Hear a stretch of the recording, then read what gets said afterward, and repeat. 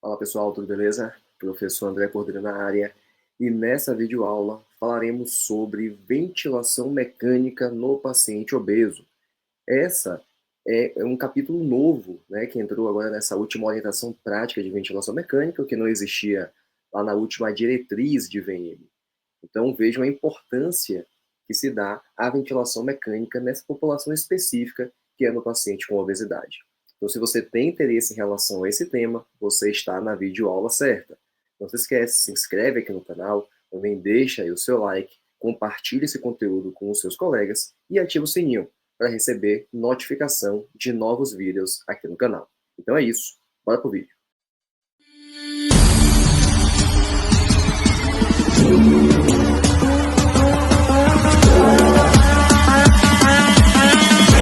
Então beleza, gente, vamos falar aqui um pouquinho sobre ventilação mecânica no paciente obeso. Entendendo quais são as principais alterações funcionais, os critérios, né, que indicam ventilação mecânica para essa população específica. Também falaremos sobre o que fazer durante a intubação, durante a ventilação mecânica, após a ventilação mecânica. Então, começando aqui, pensando nas alterações funcionais do paciente obeso. Pela obesidade, esse paciente ele vai apresentar aumento da pressão intraabdominal, e isso também vai levar ao aumento da resistência das vias aéreas. Então, esses dois eventos eles estão associados com a obesidade. Além disso, esse paciente ele terá uma menor capacidade pulmonar. Ele tem ali uma alteração mecânica mesmo para a expansão desse pulmão. E isso faz com que ocorra a diminuição da capacidade residual funcional e também do volume de reserva expiratória. Consequentemente, isso leva ao aumento do aprisionamento de ar, distúrbio na relação ventilação-perfusão, então o paciente vai apresentar muito grau de hipoxemia, redução da complacência respiratória total e, consequentemente, se ele tem ali um certo grau de hipoxemia, tem um certo grau de hipercapnia, esse paciente também vai começar a aumentar o trabalho respiratório e isso vai levar a uma redução dos volumes pulmonares, como, por exemplo, do volume corrente. Beleza. Posto isso, quando está indicada a intubação no paciente obeso? Naquele paciente que apresenta apneia, seja por uma parada cardiorrespiratória, necessidade de utilização de alguma droga anestésica, anestesia em si, né, traumatismo craniano, por exemplo.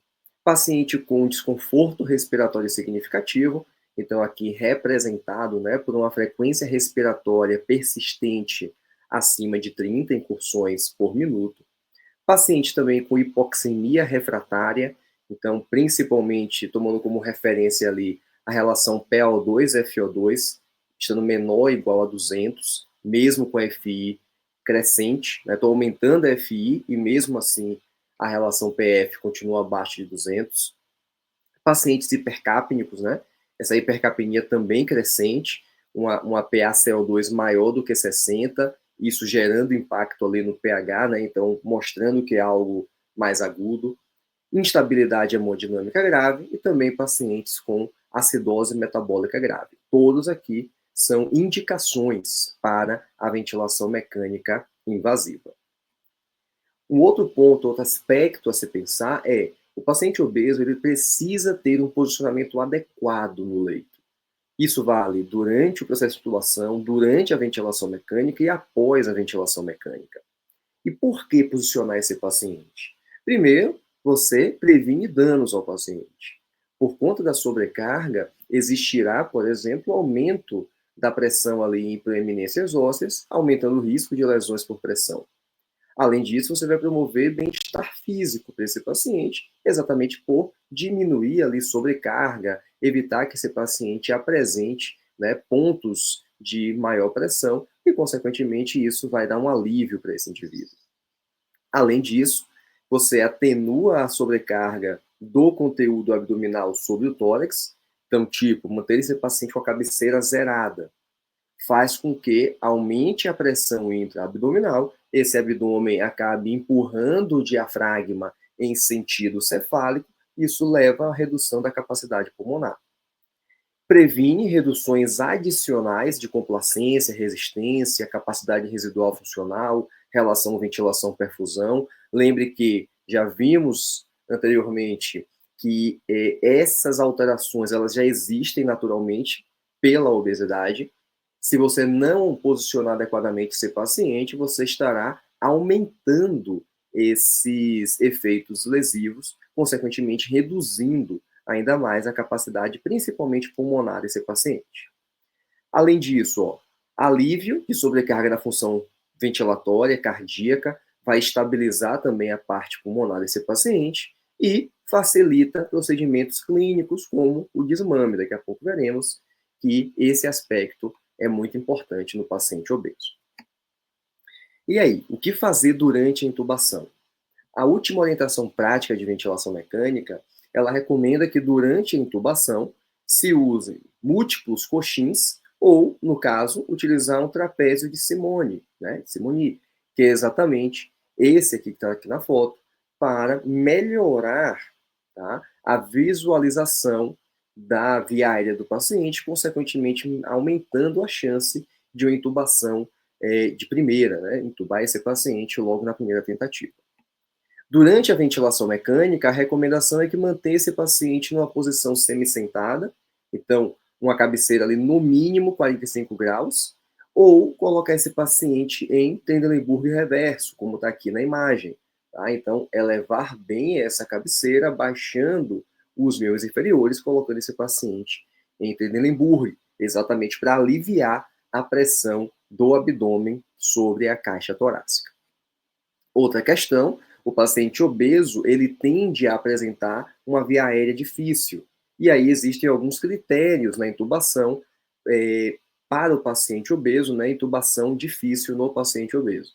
Então, os critérios são idade maior que 65 anos, circunferência cervical maior que 60, o score de Mallampati, né, então aqui você tem os 4 níveis do Mallampati, quanto maior o nível, mais difícil será essa intubação, mobilidade cervical reduzida, paciente que tem abertura oral pequena, também ele apresenta, né, a apneia do sono, e esse paciente que tem, por exemplo, uma distância entre os dentes menor do que 3 dedos, isso mostra que ele tem ali uma dificuldade de via aérea, consequentemente ele entra ali no critério de intubação difícil. Então temos aqui também uma videoaula falando sobre intubação em pacientes com via aérea difícil. Ok, antes da intubação, você pode pré-oxigenar esse paciente, então ofertar ali 100% de oxigênio, que pode ser em máscara, ou também utilizar a ventilação não invasiva, catéter nasal de alto fluxo. A ideia é que você faça uma pré-oxigenação, tá? Aumente os níveis de O2 desse paciente, porque ele provavelmente terá uma intubação difícil, será uma intubação que demorará um pouco mais de tempo, e aí você precisa aumentar essa fração de oxigênio exatamente para que ele não sofra tanto com hipoxemia durante a intubação. Como ventilar esse paciente? Beleza, foi lá, conseguiu intubar, ótimo. Como ventilar? Tanto faz ventilar no modo VCV ou no modo PCV, os dois modos estão adequados para esse paciente. Volume corrente de 6 a 8 ml por quilo. A frequência respiratória ajustar de acordo com o CO2, que mantenha o CO2 em 35 e 45. A FiO2, o mínimo valor possível, que mantenha a saturação entre 92% e 96%, e uma PIP de 10.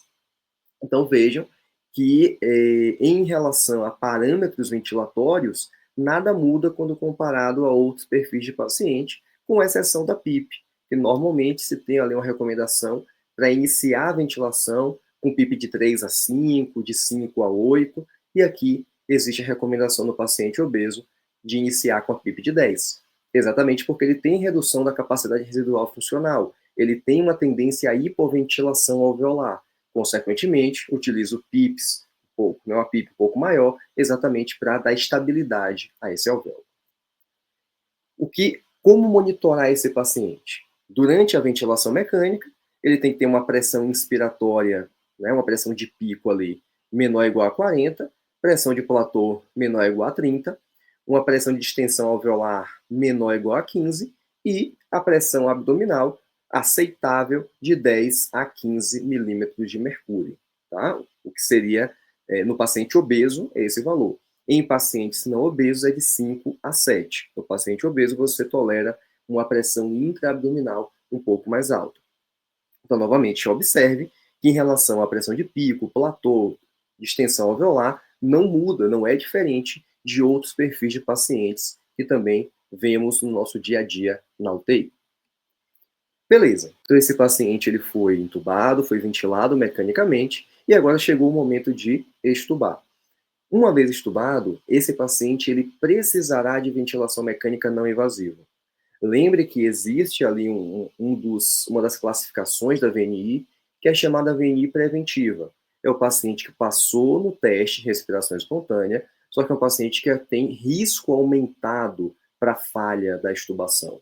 Consequentemente, esse paciente ele precisa de ventilação não invasiva e o paciente obeso ele está na lista de pacientes com alto risco para falha de extubação. Então, depois da extubação, faça a ventilação não invasiva de forma preventiva. Então é isso. Se você gostou desse vídeo, não se esquece, se inscreve aqui no canal, também deixa aí o seu like, compartilhe esse conteúdo com os seus colegas e ativa o sininho para receber notificação de novos vídeos aqui no canal falando sobre as orientações práticas de ventilação mecânica de 2024. Então é isso. Até o próximo vídeo.